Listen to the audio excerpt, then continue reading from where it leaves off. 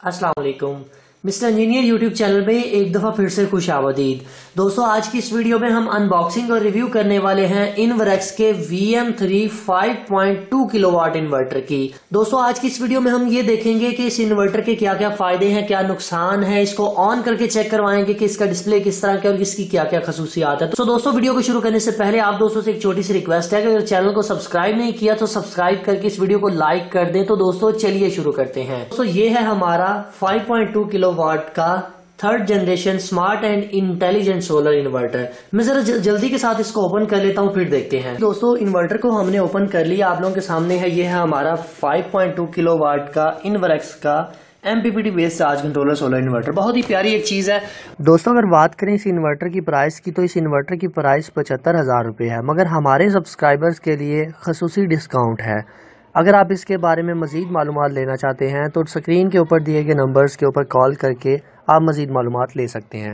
अभी दोस्तों बात कर लेते हैं इसकी मैनुअल की, कि इसकी रेटेड पावर क्या है, क्या क्या चीजें इसके अंदर दी गई हैं, और बाद में आप लोगों को ये भी बताएंगे कि कौन से सोलर पैनल कितने तक आप इसको लगा सकते हैं। आप यहाँ पर अगर देखें तो इसके बारे में लिखा हुआ है कि ये 5200 वाट आप इसके ऊपर लोड डाल सकते हैं। पावर फैक्टर 1 है, temperature range made in Taiwan, वो सारा कुछ वही लिखा हुआ है। इस इन्वर्टर को जब आप इंस्टॉल करेंगे तो आपको 4 बैटरीज को लगाना पड़ेगा, क्योंकि ये 48 वोल्ट के ऊपर काम करता है। तो 48 वोल्ट वाले इन्वर्टर के लिए आप लोगों को 4 बैटरीज का होना जरूरी है। इस इन्वर्टर की मुझे सबसे अच्छी बात ये लगी है कि ये इन्वर्टर विदाउट बैटरी भी काम करता है।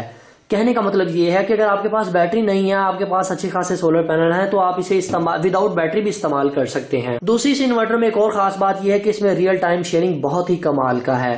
रियल टाइम शेयरिंग से मुराद ये है कि अगर आपका सोलर से 3000 वाट आ रहे हैं, आपका लोड 4000 वाट का चल रहा है, तो 3000 वाट ये सोलर से ले लेगा और 1000 वाट आपकी वापडा से ले लेगा। इसे हम रियल टाइम शेयरिंग सिस्टम कहते हैं। इसके बाद इसके सोलर चार्जर मोड के ऊपर अगर आए तो यहां पर लिखा हुआ है कि 4000 वाट तक आप इसके साथ सोलर कनेक्ट कर सकते हैं।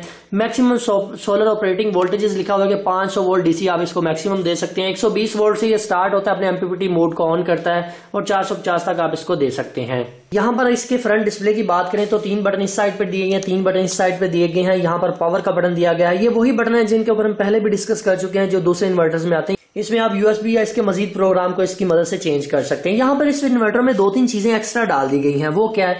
वो ये कि एक तो आप इसके LCD डिस्प्ले को रिमूव कर सकते हैं, जो कि हम अभी आपको रिमूव करके दिखाएंगे। दूसरा इसमें यहाँ पर इसके ड्राई कनेक्शन, मतलब वो रिले वाला NC/NO।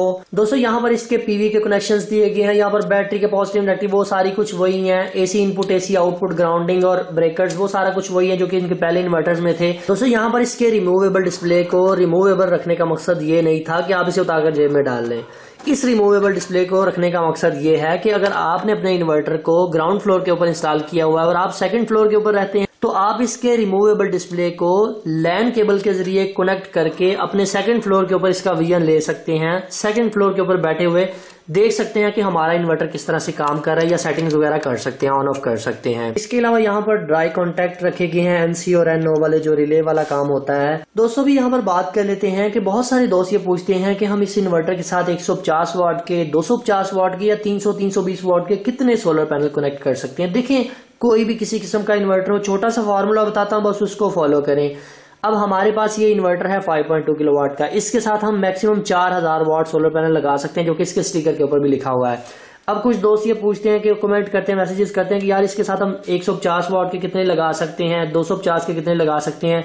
सिंपल सा फॉर्मूला, अपने मोबाइल का कैलकुलेटर ओपन करें।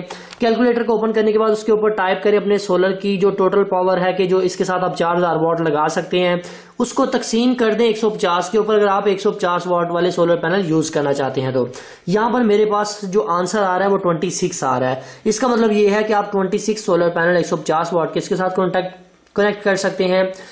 अगर बात करें 250 की, तो हमने 4000 को 250 के ऊपर तकसीम कर देना। इसी तरह से आपने 320 या 300 वालों को भी इसके ऊपर तकसीम कर देना, तो आपके पास जवाब आ जाएगा कि जनाब आप इतने सोलर पैनल इसके साथ कनेक्ट कर सकते हैं। अब कनेक्ट किस तरह से करना है, क्योंकि इसकी MPPT जो रेंज है, सारे ही सीरीज में नहीं कनेक्ट कर देने, क्योंकि अगर देखा जाए कि 16 16 सोलर पैनल 250 वाट के हों, इनके वोल्टेजेस जो होते हैं वो 36 या 40 के करीब होते हैं। तो इस हिसाब से ये 576 वोल्ट बन रहे हैं। अगर हम सभी को सीरीज में करेंगे तो इसका हम चार्ज कंट्रोलर खराब कर बैठेंगे। सो यहाँ पर इस चीज को जरूर मद्देनजर रखना है कि हमने जो 16 हमारे पास आए हैं तो 8 की स्ट्रिंग बनाकर इसके साथ कनेक्ट करनी है। इस चीज को जरूर मद्देनजर रखना है। ये ऐसी चीजें हैं जो कोई बंदा आपको लोगों को बताता नहीं है, हम हर चीज आपके सामने क्लियर कर देते हैं। तो दोस्तों अभी बारी आ जाती है इस इन्वर्टर को बैटरीज के साथ कनेक्ट करके इसकी चेकिंग करने की। तो इसके साइड पर जिस तरह के हमने पहले इन्वर्टर्स के साइड के ऊपर जो स्क्रूज लगे हुए थे उनको खोला था, इस तरह से हम इनको भी खोल लेते हैं और चेक कर लेते हैं, और आप लोगों को इसके इंटरनल जो साइड है उसका भी व्यू दे देते हैं। ठीक है जी दोस्तों, हमने इसके फ्रंट कवर को भी उतार लिया। आप लोग यहाँ पर नीचे सारे कनेक्शंस देख सकते हैं, बिल्कुल वाजे हैं। यहाँ पर इनपुट आउटपुट है, यहाँ पर बैटरी के अच्छे खासे टर्मिनल्स लगाए गए हैं। सेंटर में एक ब्लॉक लगाया गया है जो कि दोनों टर्मिनल्स को आपस में शॉर्ट होने से बचाता है। यहाँ पर आप सोलर लगा सकते हैं। अभी दोस्तों मैं इसके साथ बैटरी को कनेक्ट कर देता हूँ। 4 बैटरीज को हम सीरीज में करके कनेक्ट करके 48 वोल्ट बनाकर इसके साथ कनेक्ट कर लेते हैं और फिर आप लोगों को दिखाते हैं इसके डिस्प्ले के बारे में। ठीक है जी दोस्तों, हमने ठीक तरह से कनेक्शंस को कर लिया है। LAN cable, external LAN cable connect कर ली है ताकि हम इस डिस्प्ले को आपके सामने जरा वाज़ेह तौर पर दिखा सके। मैं इसके पावर बटन को ऑन करता हूं।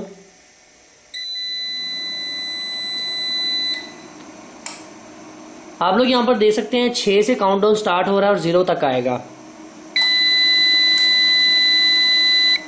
2 दफा बजर ऑन होगी, इसके बाद आपका इन्वर्टर का डिस्प्ले आपके सामने आ जाएगा। अभी यहाँ पर आप देख सकते हैं कि सारी इसकी सेटिंग्स हैं, जो जितना भी है वो पहले ही हम वीडियोस में काफी दफा बता चुके हैं कि ऑपरेटिंग वोल्टेजेस कितने हैं, आउटपुट कितनी निकाल रहा है, बैटरी कितने पॉइंट्स के ऊपर है, कितने वोल्ट दे रही है, सोलर से कितने एम्पेयर आ रहे हैं, वो सारी चीजें इसके अंदर ही हैं।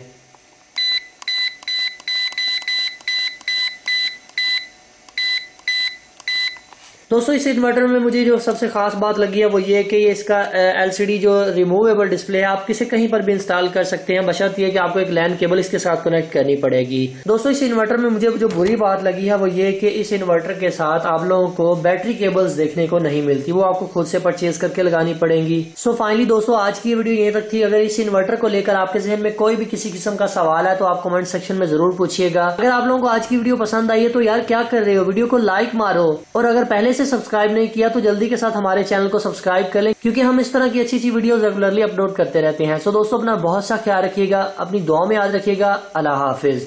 पाकिस्तान जिंदाबाद।